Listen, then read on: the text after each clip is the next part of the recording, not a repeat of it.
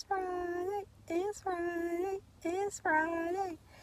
Y'all. So, for those who've just tuned in on, I am Simone Cumbie Johnson, and welcome to Daughters to Destiny Friday's message. It's a message that I bring every Friday just to encourage you to get through your week. Y'all have to mind me, my teeth is killing me over here. Um, but nonetheless, we're gonna keep it moving. Just one announcement that I have: the Table of Wisdom. We will have one October 10th at 8 a.m. and we are discussing colorism in the Black community. Our special guest is going to be Shawana. So if you guys have any questions or that you want answered, y'all make sure that y'all contact me or her, and y'all tune in, invite everybody you know, because I feel like this is an important topic that we need to have in our community. So I'm going to post the flyer and then y'all share and tag that, and tune in at 8 a.m. on October 10th. And I think that's all my announcements. So the Friday's message is, who do you know who your father is? Um, and that's coming from Ephesians chapter 3, verse 20. And I'm going to read it from the Message translation, and then I'm going to read it from the New King James Version. So the Message translation said, Can God do anything? Can God do anything, for far more than you could ever imagine or guess or request in your wildest dream? He does it not by pushing us around, but by working within us, his spirit deeply and gently within us. Then the New King James Version says, Now to him who is able to do exceedingly abundantly above all that we could ask or think, according to the power that works within us. And then the New King James Version is what we normally hear, but I did like the Message translation as well. So I only got 3 points, and I'm gonna keep it simple and let y'all enjoy y'all weekend. So my point one is, if your earthly father can do it, God can do even more. So for me, and for others whose father is active in your life, if your father is not active in your life, then you could use the scenario for your mom as well. But for me, my dad is active. For as long as I can remember, my dad always been there. My dad always, we always can call on my daddy. My daddy just, my daddy, like, anytime I need something, my daddy there. My daddy think he young, y'all. He trying to get in the gym. He don't never think he getting old. He trying to get abs like LL Cool J, y'all. Y'all pray for me and let my daddy know that he is old, because he think he is young, okay? But anytime I'm going through something, going through a hard time, I can call on my daddy. Anytime I need some financial assistance, something wrong with my car. Well, before I got married, if something wrong with my car, he would come fix it. Things like that. And if I just need my daddy, like some situations you just need your daddy. With finances, he's really our go-to, where we just call our daddy. Like, my daddy is our first thing when we deal with finances or financial issues and things of that nature, because he's really good in that area. And for me, my daddy always come through. Like, that's just not, that's something that he don't play with. Like, he don't play around with his kids. When we call, he cut, like, he is always there. And I started to think about that if I call my daddy right now, if my daddy saw that I was in need before I got married, even now, if I'm in need, I can call my daddy and ask him for help, and he provides. How much more would God do for me?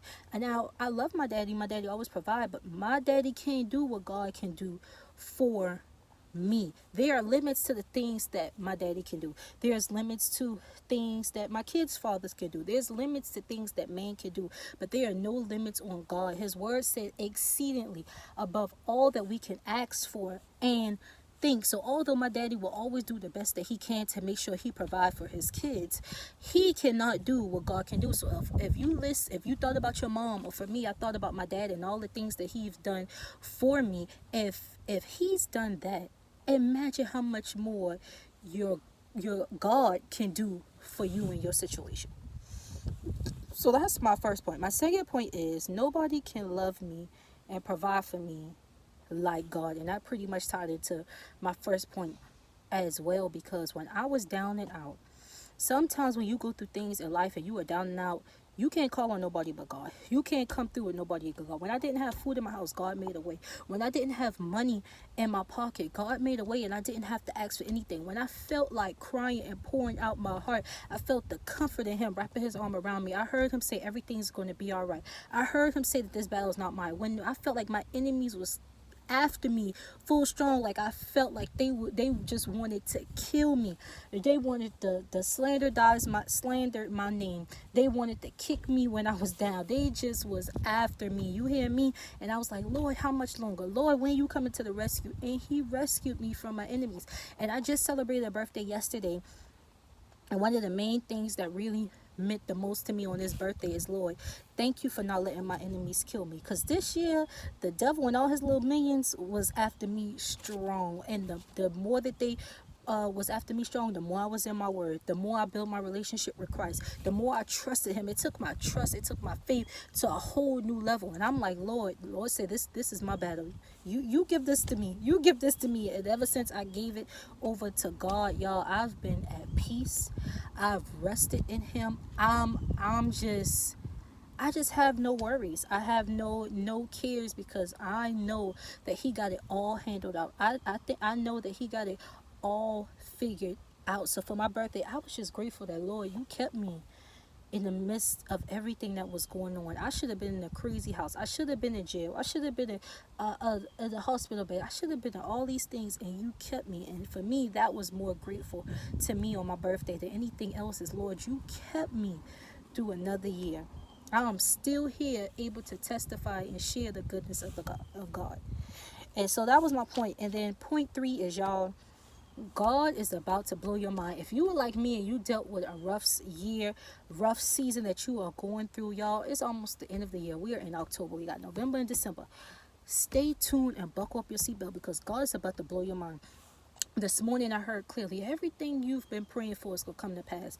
Everything, I'm telling you too, everything that you've been praying for is come to pass. You keep trusting, you keep believing, you keep praying, you keep being hopeful, because the devil fought you so hard, because he know the open doors that you're about to walk in. This is your season of open doors. He know the open doors that's about to be open for you. That's why he was coming so hard at you. That's why he sent him and his millions to kill you. Well, tried to kill you, because we still standing. That's why he went so hard for us in 2019, because he know the doors that you're about to walk in, and starting right now at the end of 2019, that's going to carry you through 2020. And he wanted to take us out. He wanted to kill us. He wanted to put blockage there. But we serve a mighty God. I know who my Father is.